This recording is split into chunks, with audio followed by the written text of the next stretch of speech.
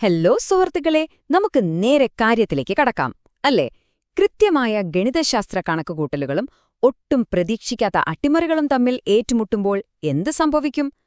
അത്തരമൊരു ക്ലാസിക് സാഹസികതയുടെ അടിപൊളി അവലോകനമാണ് നമ്മളിന്ന് കാണാൻ പോകുന്നത്. ഇതൊരു വെറും യാത്രയല്ല കേട്ടോ, സമയത്തിനെതിരെയുള്ള ആവേശകരമായൊരു മത്സരമാണ്. ഈ യാത്രയുടെ തീവ്രത ശരിക്കും മനസ്സിലാക്കാൻ നമുക്ക് ഈ വലിയ സംഖ്യയിൽ നിന്ന് തന്നെ തുടങ്ങാം. 20,000 പൗണ്ട്. ഒന്ന് ആലോചിച്ചു നോക്കൂ, ഒരു വിചിത്രനായ മനുഷ്യന്റെ സമ്പത്തിന്റെ പകുതിയോളം വരുന്ന തുകയാണിത്. അതും അസാധ്യമെന്ന് തോന്നുന്ന ഒരു സമയപരിധിക്കുള്ളിലാണ് പന്ത്യം വെച്ചിരിക്കുന്നത്. അതെ, വെറും 80 ദിവസങ്ങൾ. പന്ത്യം തോറ്റാൽ അയാൾക്ക് എല്ലാം നഷ്ടമാകും.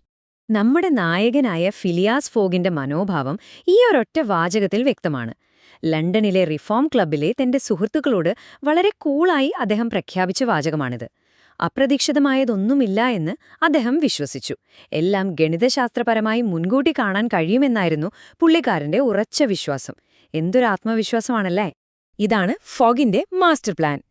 20,000 പൗണ്ടിന്റെ പന്തയം, ഇന്ത്യയിലെ ആനപ്പുറത്തുള്ള രക്ഷപ്പെടൽ, ഏഷ്യയിലെ പ്രതിസന്ധികൾ, വൈൽഡ് വെസ്റ്റിലൂടെയുള്ള യാത്ര, അറ്റ്ലാന്റിക് കടന്നുള്ള ഓട്ടം, പിന്നെ ഒടുവിൽ സമയത്തിന്റെ ആ വലിയ ട്വിസ്റ്റ്. ഈ ഘട്ടങ്ങളിലൂടെയാണ് നമ്മൾ ഇന്ന് ഈ അവലോകനത്തിൽ സഞ്ചരിക്കാൻ പോകുന്നത്. അപ്പോൾ നമുക്ക് നമ്മുടെ ഒന്നാം ഭാഗത്തേക്ക് കടക്കാം. 20,000 പൗണ്ട് പന്തയവും അസാധ്യമായ ആ ലക്ഷ്യവും. നോക്കൂ, ആ 80 ദിവസത്തെ യാത്രയുടെ അടിസ്ഥാന കണക്കുകൂട്ടലുകളാണിത്. ഓരോ മിനിറ്റും മുൻകൂട്ടി നിശ്ചയിച്ചിരിക്കുന്നു. മോശം കാലാവസ്ഥയോ കപ്പൽ കേടാകുന്നതോ ഒന്നും ഈ കണക്കിലില്ല. എല്ലാം ഒരു യന്ത്രം പോലെ കറക്റ്റായി നടക്കുമെന്ന പ്രതീക്ഷയിലായിരുന്നു അദ്ദേഹം ഈ പ്ലാനൊക്കെ തയ്യാറാക്കിയത്. ഇവിടെ നമ്മൾ ശ്രദ്ധിക്കേണ്ട ഏറ്റവും പ്രധാനപ്പെട്ട കാര്യം ഈ രണ്ട് കഥാപാത്രങ്ങൾ തമ്മിലുള്ള വലിയ വ്യത്യാസമാണ്. ഒരു വശത്ത് കൃത്യതയുടെ പര്യായമായ, ഒന്നിനോടും ഒരു വികാരവും കാണിക്കാത്ത ഫിലിയാസ് ഫോഗ്, മറുവശത്തോ അദ്ദേഹത്തിന്റെ പുതിയ ജോലിക്കാരനായ ജീൻ പാസ്പാറ്റു, പഴയ ഒരു സർക്കസുകാരനും എപ്പോഴും ഇമോഷണലായി പ്രതികരിക്കുന്ന ഒരു തനി പാരീസുകാരനുമാണ് കക്ഷി. ഈ രണ്ട് വിപരീത സ്വഭാവക്കാർ ഒരുമിക്കുമ്പോഴാണ് കഥ ശരിക്കും രസകരമാകുന്നത്. ഇനി രണ്ടാം ഭാഗം നോക്കാം. ഇന്ത്യയിലെ ആനപ്പുറത്തുള്ള യാത്രയും സാഹസികമായ രക്ഷപ്പെടലും. എല്ലാം പ്ലാൻ ചെയ്ത പോലെ നടക്കുമെന്ന് കരുതിയ ഫോഗിന് ആദ്യത്തെ 8ന്റെ പണി കിട്ടുന്നത് ഇന്ത്യയിൽ വെച്ചാണ്. റെയിൽവേ ട്രാക്ക് പണി അവിടെ പൂർത്തിയായിരുന്നില്ല. സമയം വെറുതെ കളയാൻ പറ്റില്ലല്ലോ. അതുകൊണ്ട് ഫോഗ് കുറച്ച് വ്യത്യസ്തമായ യാത്രാമാർഗങ്ങൾ തിരഞ്ഞെടുക്കാൻ നിർബന്ധിതനാകുന്നു. ക്യൂണി എന്ന പേരുള്ള ഒരു ആനയെ 2,000 പൗണ്ട് എന്ന ഭീമമായ തുക നൽകി അദ്ദേഹം വാങ്ങുകയാണ്. യാത്ര മുടങ്ങാതിരിക്കാൻ ഫോഗ് എത്രത്തോളം പണം വാരിയെറിയാനും തയ്യാറായിരുന്നു എന്നാണ് ഇത് കാണിക്കുന്നത്. എന്നാൽ ഈ ആനപ്പുറത്തുള്ള യാത്ര അവരെ കൊണ്ടെത്തിച്ചത് വലിയൊരു അപകടത്തിലേക്കും കാലതാമസത്തിലേക്കുമാണ്. കാളീദേവിക്കുള്ള ഒരു ബലികർമ്മം അവർ യാദൃച്ഛികമായി കാണുന്നു.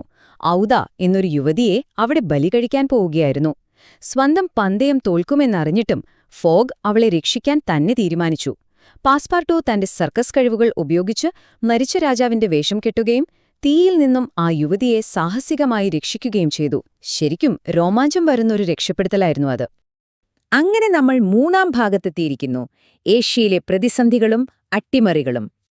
ഇതിലെ നാടകീയത ശരിക്കും ഗംഭീരമാണ്. ഫോഗ് സമയത്തോട് മത്സരിച്ച് യാത്ര ചെയ്യുകയാണെന്ന് നമുക്കൊക്കെ അറിയാമല്ലേ? എന്നാൽ ഡിറ്റക്റ്റീവ് ഫിക്സ് വിശ്വസിക്കുന്നത് എന്താണെന്നോ? ബാങ്ക് ഓഫ് ഇംഗ്ലണ്ടിൽ നിന്ന് 55,000 പൗണ്ട് മോഷ്ടിച്ച ഒരു പിടികിട്ട പുള്ളിയാണ് ഫോഗെന്ന്. ഫോഗിനെ അറസ്റ്റ് ചെയ്യാനുള്ള വാറന്റിനായി കാത്തിരിക്കുന്ന ഫിക്സ് ഇവരുടെ യാത്ര എങ്ങനെയെങ്കിലും തടസ്സപ്പെടുത്താൻ പിന്നാലെ തന്നെ കൂടും. അങ്ങനെ ഫോഗിന്റെ യാത്ര മുടക്കാൻ ഫിക്സ് പല വഴികളും നോക്കുന്നുണ്ട് കേട്ടോ. അത് ഹോങ്കോങ്ങിൽ വെച്ച് അതിന്റെ പാരമ്യത്തിലെത്തുന്നു. ഫിക്സ് പാസ്പാർട്ടുവിനെ ഒരു ഓപ്പിയം കേന്ദ്രത്തിൽ കൊണ്ടുപോയി മയക്കുന്നു. ഇതുവഴി ജപ്പാനിലേക്കുള്ള കാർനാട്ടിക് എന്ന കപ്പൽ നേരത്തെ പുറപ്പെടുന്ന വിവരം ഫോഗിനെ അറിയിക്കാൻ അവന് കഴിയാതെ വരുന്നു. ഫോഗിന്റെ ഏറ്റവും വിലപ്പെട്ട മണിക്കൂറുകളാണ് ഫിക്സ് ഇവിടെ നഷ്ടപ്പെടുത്തുന്നത്. ഇനി നമുക്ക് നാലാം ഭാഗത്തേക്ക്, അതായത് അമേരിക്കൻ വൈൽഡ് വെസ്റ്റിലൂടെയുള്ള ആവേശകരമായ യാത്രയിലേക്ക് കടക്കാം. ഈ ചിത്രമൊന്ന് നോക്കൂ. വരാനിരിക്കുന്ന ശൈത്യകാലത്തെയും ഇരുണ്ട ആകാശത്തെയും വകവയ്ക്കാതെയുള്ള അവരുടെ യാത്രയുടെ കാഠിന്യം ഇത് നമുക്ക് കാട്ടിത്തരുന്നു. മഞ്ഞുവീഴ്ച തുടങ്ങുന്നതിനു മുൻപ് ലക്ഷ്യത്തിലെത്താനുള്ള അവരുടെ പരക്കം പാച്ചിലും പ്രകൃതി അവർക്കുമേൽ ചെലുത്തുന്ന കടുത്ത സമ്മർദ്ദവും ഇവിടെ വ്യക്തമായി ഫീൽ ചെയ്യുന്നുണ്ടല്ലേ? അവിടെയും വെല്ലുവിളികൾ അവസാനിക്കുന്നില്ല സുഹൃത്തുക്കളെ. കാട്ടുപോത്തുകളുടെ കൂട്ടം മണിക്കൂറുകളോളം ട്രെയിൻ തടയുന്നു. തകരാറായ പാലം സാഹസികമായി കടക്കേണ്ടി വരുന്നു. ഒടുവിൽ സിയോക്സ് ഗോത്രവർഗക്കാർ ട്രെയിൻ ആക്രമിച്ചപ്പോൾ സ്വന്തം ജീവൻ പണയം വെച്ച് പാസ്പാർട്ടു ട്രെയിനിനടിയിലൂടെ നൂഴിനിറങ്ങി ബോഗികൾ വേർപെടുത്തി യാത്രക്കാരെ രക്ഷിക്കുന്ന ആ സീനൊക്കെ ശരിക്കും അവിശ്വസനീയമാണ്. പക്ഷേ ഈ ആക്രമണത്തിൽ പാസ്പാർട്ടു ശത്രുക്കളുടെ പിടിയിലാകുന്നു. അപ്പോൾ ഫോഗ് എന്തു ചെയ്തുവെന്നറിയാമോ? തന്റെ വിലപ്പെട്ട സമയവും എന്തിന് ആ പന്ത്യം പോലും ഉപേക്ഷിക്കാൻ തയ്യാറായി. അവൻ പാസ്പാർട്ടുവിനെ രക്ഷിക്കാൻ പോകുന്നു. അവനെ രക്ഷിച്ചതിന് ശേഷം ആ നഷ്ടപ്പെട്ട സമയം തിരിച്ചുപിടിക്കാൻ മണിക്കൂറിൽ 40 മൈൽ വേഗതയിൽ മഞ്ഞിലൂടെ തെന്നി നീങ്ങുന്ന കാറ്റിൽ പ്രവർത്തിക്കുന്ന ഒരു പ്രത്യേകതരം സ്ലെഡ്ജ് അവർക്ക് ഉപയോഗിക്കേണ്ടി വന്നു. നമ്മൾ 5ാം ഭാഗത്തേക്ക്, അതായത് അറ്റ്ലാന്റിക് കടന്നുള്ള ആ അവസാന പോരാട്ടത്തിലേക്ക് എത്തുകയാണ്. ഇവിടെ ഏറ്റവും രസകരമായ കാര്യമെന്തെന്നാൽ എപ്പോഴും വളരെ മാന്യനായ ഫോഗ് പെട്ടെന്നൊരു കപ്പൽ കൊള്ളക്കാരനെ പോലെ പെരുമാറുന്നു എന്നതാണ്. അതേ, ഹെൻറിയേറ്റ എന്ന കപ്പലിന്റെ ജോലിക്കാരെ പണം കൊടുത്ത് വശത്താക്കിയ ശേഷം ക്യാപ്റ്റനെ അദ്ദേഹം മുറിയിലടച്ചു.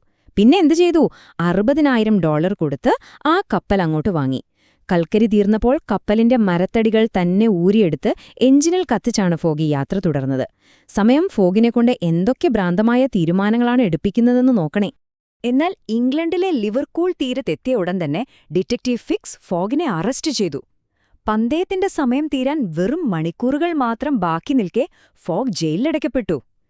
ലക്ഷ്യത്തിന് തൊട്ടരികിൽ വെച്ച് ആ വലിയ പന്തയം തോറ്റെന്നുറപ്പായ നിമിഷം. എന്ത് കഷ്ടമാണല്ലേ? അവസാനത്തെ ഭാഗം, 6ാം ഭാഗം, സമയത്തിന്റെ വലിയൊരു ട്വിസ്റ്റ്. ഇത് നമ്മളിൽ ശരിക്കും അത്ഭുതമുണ്ടാക്കുന്നൊരു ചോദ്യമാണ്. ഗണിതശാസ്ത്രപരമായ കൃത്യതയോടെ ജീവിക്കുന്ന ഒരാൾക്ക് എങ്ങനെയാണ് തന്റെ യാത്രയിൽ മുഴുവൻ ഒരു ദിവസത്തിന്റെ തെറ്റുപറ്റിയത്? താൻ വൈകിയാണ് വന്നതെന്നും പന്തയം തോറ്റെന്നും ഫോഗ് ശരിക്കും വിശ്വസിച്ചിരുന്നു. എങ്ങനെയാണത് സംഭവിച്ചത്? അതിന്റെ രഹസ്യം ഇതാണ്. ഭൂമിയുടെ കറക്കത്തിന് വിപരീതമായി, അതായത് കിഴക്കോട്ട് സൂര്യനെ ലക്ഷ്യമാക്കി യാത്ര ചെയ്തതിനാൽ ഫോഗ് അറിയാതെ തന്നെ ഒരു ദിവസം ലാഭിച്ചിരുന്നു.